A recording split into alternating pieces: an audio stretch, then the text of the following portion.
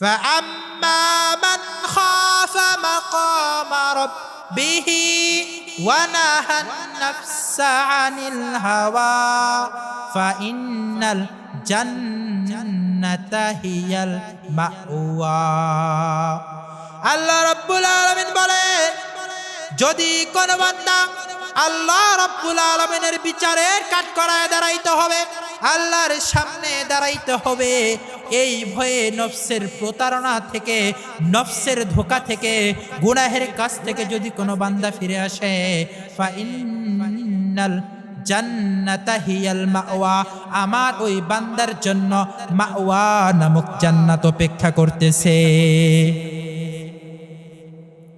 আমার ওই বান্দার জন্য কি অপেক্ষা করতেছে? মাওয়া নামক জান্নাত। কার জন্য? যে আল্লাহর ভয়ে আল্লাহর সামনে দাঁড়াইতে হবে, এই ভয়ে যেই মানুষটা কি করবে? গুনাহের কাছ থেকে ফিরে আসবে, ওই মানুষটার জন্য আল্লাহ রাব্বুল আলামিনের জান্নাত অপেক্ষা করতেছে। এজন্য প্রিয় হাজিরিন, আপনি আমি যদি নেকির কাজ করতে না পারি, সওয়াবের কাজ করতে না পারি, ভালো কাজ করতে না পারি, আমাদেরকে চেষ্টা করতে হবে অন্তত আমার মাধ্যমে, আপনার মাধ্যমে যেন কোনো গুনাহ না হয়ে যায়। গুনাহ থেকে বেঁচে থাকতে হবে। গুনাহ থেকে বেঁচে থাকাটাই হলো সব থেকে বড় ওলি হওয়ার আলামত। ওলি হওয়ার সব থেকে বড় আলামত কি? গুনাহ থেকে বেঁচে থাকা। আমি যদি নেক কাজ করতে না পারি, ভালো কাজ করতে না পারি, সওয়াবের কাজ করতে না পারি, কোনো সমস্যা নেই, কিন্তু গুনাহের কাজ করা যাবে। গুনাহের কাজ করা যাবে না। গুনাহের কাজ থেকে যদি আমরা বেঁচে থাকতে পারি, তাহলে আমাদের জন্য পরকালে নাজাত নিশ্চিত। তাহলে এখন প্রশ্ন হতে পারে, হুজুর, গুনাহের কাছ থেকে বেঁচে থাকলেই যদি নাজাত নিশ্চিত হয়ে যায়, তাহলে নামাজ, রোজা, হজ, যাকাত এই সব কিছুর কি প্রয়োজন নাই? আরে ভাই, সব কিছুর প্রয়োজন আছে। কেন? তার কারণ হলো নামাজ না পড়াটাই হলো গুনাহ। নামাজ না পড়াটা কি? গুনাহ।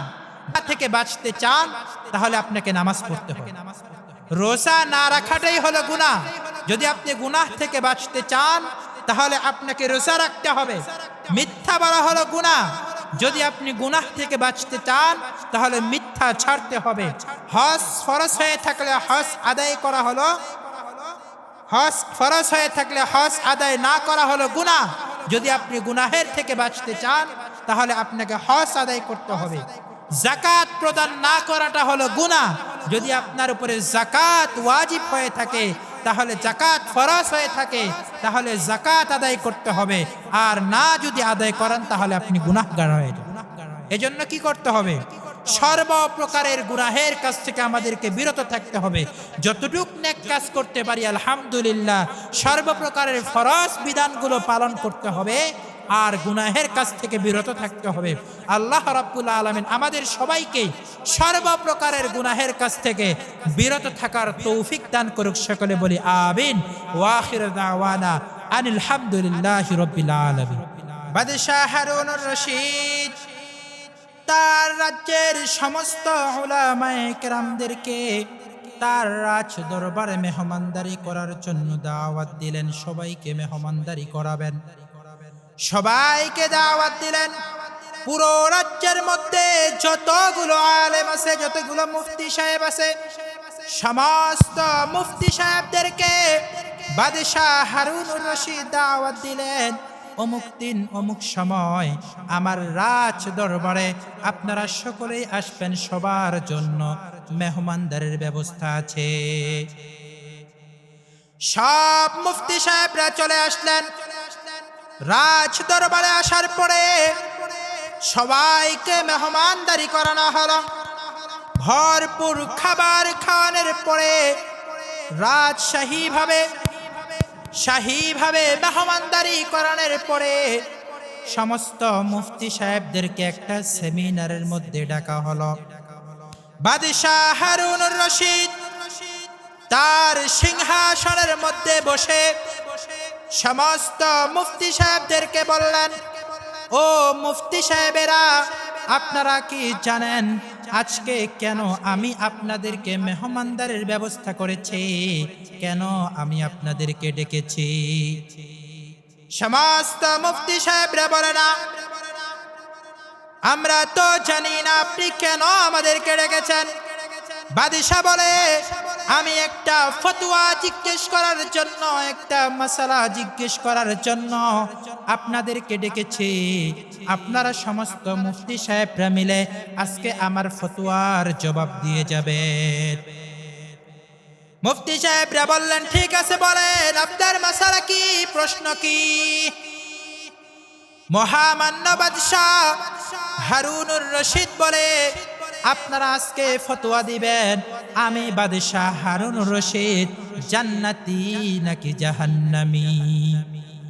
আপনারা সমস্ত মুফতি সাহেবরা মিলে আজকে ফতোয়া দেন, আমি বাদশাহ হারুনুর রশিদ জান্নাতি নাকি জাহান্নামী। মুফতি সাহেবরা বললেন, এটা কোনো প্রশ্ন হলো নাকি? এটা কোনো মাসালা হলো? এটা তো ফতোয়া দেওয়ার বিষয় নয়। এটা তো আল্লাহ রাব্বুল আলামিন ছাড়া কেউ জানে না কে জান্নাতি কে জাহান্নামী। বাদশা বলতেছেন, না, আপনাদেরকে জবাব দিতে হবে, প্রশ্নের উত্তর দিতে হবে। ফতোয়া না দেওয়ার আগ পর্যন্ত আপনারা কেউ আজকে রাজ দরবার থেকে বের হতে পারবেন না। রাজ দরবার থেকে কেউ বের হতে পারবেন না যতক্ষণ পর্যন্ত আপনারা প্রশ্নের উত্তর না দিবেন, ততক্ষণ পর্যন্ত আমি আপনাদেরকে ছাড়ব না। সমস্ত মুফতি সাহেবরা পেরেশানির মধ্যে পড়ে গেলেন। কি বলে এটা? কি হলো এটা? কোন মুসিবতের মধ্যে পড়ে গেলাম? কে জান্নাতি কে জাহান্নামী এটা তো আল্লাহ রাব্বুল আলামিন ছাড়া আর দুনিয়ার কেউ জানে না। তাহলে বাদশাকে কিভাবে ফতোয়া দেওয়া হবে? বাদশাকে কিভাবে ফতোয়া দেওয়া হবে? হঠাৎ করে মাজলিসের পিছন থেকে ছোট্ট একটা বাচ্চা, বয়স অল্প, সবে মাত্র কোন মতো করে কুরআনুল কারীমের তরজমা করতে পারে, ওই বাচ্চাটা বলতেছে, জনাব মহামান্য রাজা, আপনি যদি বেয়াদবি মাফ করেন আমি আপনার প্রশ্নের উত্তর দিতে পারবো। সমস্ত মুফতি সাহেব আশ্চর্য হয়ে গেল। কি বলে? আমরা বাঘা বাঘা আলেমরা এখানে আছি, যুগ শ্রেষ্ঠ মুফতি সাহেবরা এখানে আছেন, কেউ প্রশ্নের উত্তর দেওয়ার সাহস করতেছে না। আর এই ছোট্ট বাচ্চা কয়েক জামাত পড়েছে মাত্র, কোনো মতো তরজমা পড়তে পারে, ও নাকি বাদশার প্রশ্নের উত্তর দেবে? বাদশাহ বললেন, ঠিক আছে, সামনের দিকে চলে আসো। সামনের দিকে আসার পরে মাদ্রাসার তালিবুল ইলম বলে, মহামান্য বাদশাহ, যদি বেয়াদবি মনে না করেন আমি আপনাকে আগে একটা প্রশ্ন করতে চাই। বাদশাহ বললেন, ঠিক আছে, বলো তোমার প্রশ্ন কি? মাদ্রাসার ছাত্র বলে, যে প্রশ্ন করে তার মর্যাদা বেশি নাকি যে উত্তর দেয় তার মর্যাদা বেশি? বাদশাহ বিচক্ষণ মানুষ, জ্ঞানী মানুষ, তিনি বললেন, যে প্রশ্নের উত্তর দেয় নিশ্চয়ই সে বেশি দামি। এবার মাদ্রাসার ছাত্র বলে, তাহলে আপনি প্রশ্ন করেছেন, উত্তর দিব আমি, তাহলে আপনার দাম বেশি নাকি আমার দাম বেশি? বাদশাহ বলে, তোমার দাম বেশি। এবার ওই মাদ্রাসার ছাত্র বলে, তাহলে আপনি সিংহাসন থেকে নিচে বসেন, আমি সিংহাসনের মধ্যে বসি, কারণ আপনার দাম কম, আমার দাম বেশি। বাদশাহ কি করবে? প্রশ্নের উত্তর জানতে হবে। সমস্ত মুফতি সাহেবরা এই মাদ্রাসার তালিবুল ইলমের এই কথাবার্তা, ঘটনা গভীরভাবে পর্যবেক্ষণ করতেছেন। কি হতে যাচ্ছে, কি হবে, এই প্রশ্নের উত্তর কি দিবে ওই মাদ্রাসার ছাত্র, সবাই গভীর আগ্রহ নিয়ে তাকায় আছেন। বাদশাহ হারুনুর রশিদ নিজের সিংহাসন থেকে নিচে নেমে বসলেন। মাদ্রাসার ছাত্র সিংহাসনের মধ্যে বসে বলে, এটাই হলো ইলমের মর্যাদা। এটাই কিসের মর্যাদা? ইলমের মর্যাদা, আলেমের মর্যাদা। এটাই হলো ইলমের মান, এটাই হলো ইলমের শান। যার ভিতরে ইলম আছে, যার ভিতরে ইলম আছে, সে হলো দুনিয়ার সব থেকে দামি। সে হলো দুনিয়ার সবথেকে দামি। দুনিয়ার কোন রাজা, কোন বাদশাহ, কোন মন্ত্রী, কোন এমপি কারো কাছে এই আলেমের চেয়ে দাম বেশি না। আলেমের থেকে মর্যাদা কারো বেশি নাই। সবার থেকে বেশি মর্যাদার অধিকারী হলেন একজন আলেম। এবার সিংহাসনের মধ্যে বসার পরে মাদ্রাসার ছাত্রটা বলে, জনাব আমি আপনাকে আরেকটা প্রশ্ন করব, আপনাকে দ্বিতীয় একটা প্রশ্ন করব। এই প্রশ্নের উত্তরটা আপনি দিলেই আপনার প্রশ্নের উত্তর পেয়ে যাবেন। বলে কি প্রশ্ন?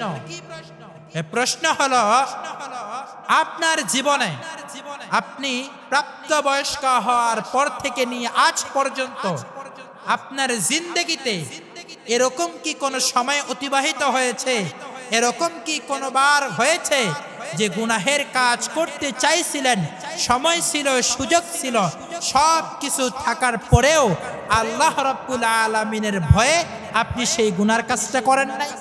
এরকম কি কখনো হয়েছে? বাদশা বলে, হ্যাঁ, অনেকবার হয়েছে।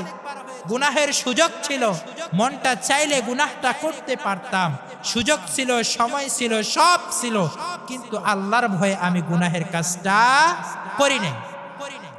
এবার মাদ্রাসার ছাত্র বলে, ঠিক আছে, তাহলে আপনার প্রশ্নের উত্তর হলো, আমি আপনাকে ফতোয়া দিলাম, আমি আপনাকে মাসালার উত্তর দিলাম, আপনি হলেন জান্নাতি।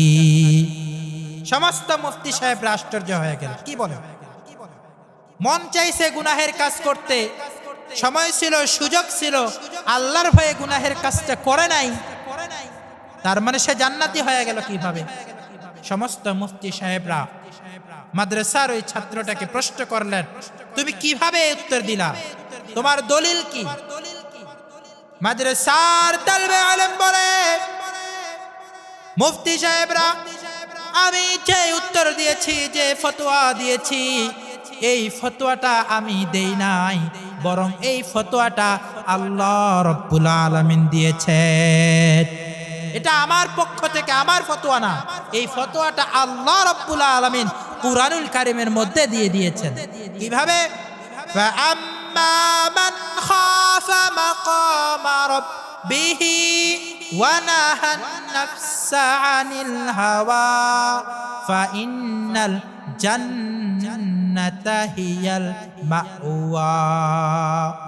আল্লাহ রাব্বুল আলামিন বলে, যদি কোন বান্দা আল্লাহ রাব্বুল আলামিনের বিচারের কাঠগড়ায় দাঁড়াইতে হবে, আল্লাহর সামনে দাঁড়াইতে হবে, এই ভয়ে নফসের প্রতারণা থেকে, নফসের ধোঁকা থেকে, গুনাহের কাছ থেকে যদি কোনো বান্দা ফিরে আসে, ফাইন্নাল জান্নাতা হিয়াল মাওয়া, আমার ওই বান্দার জন্য মাওয়া নামক জান্নাত অপেক্ষা করতেছে।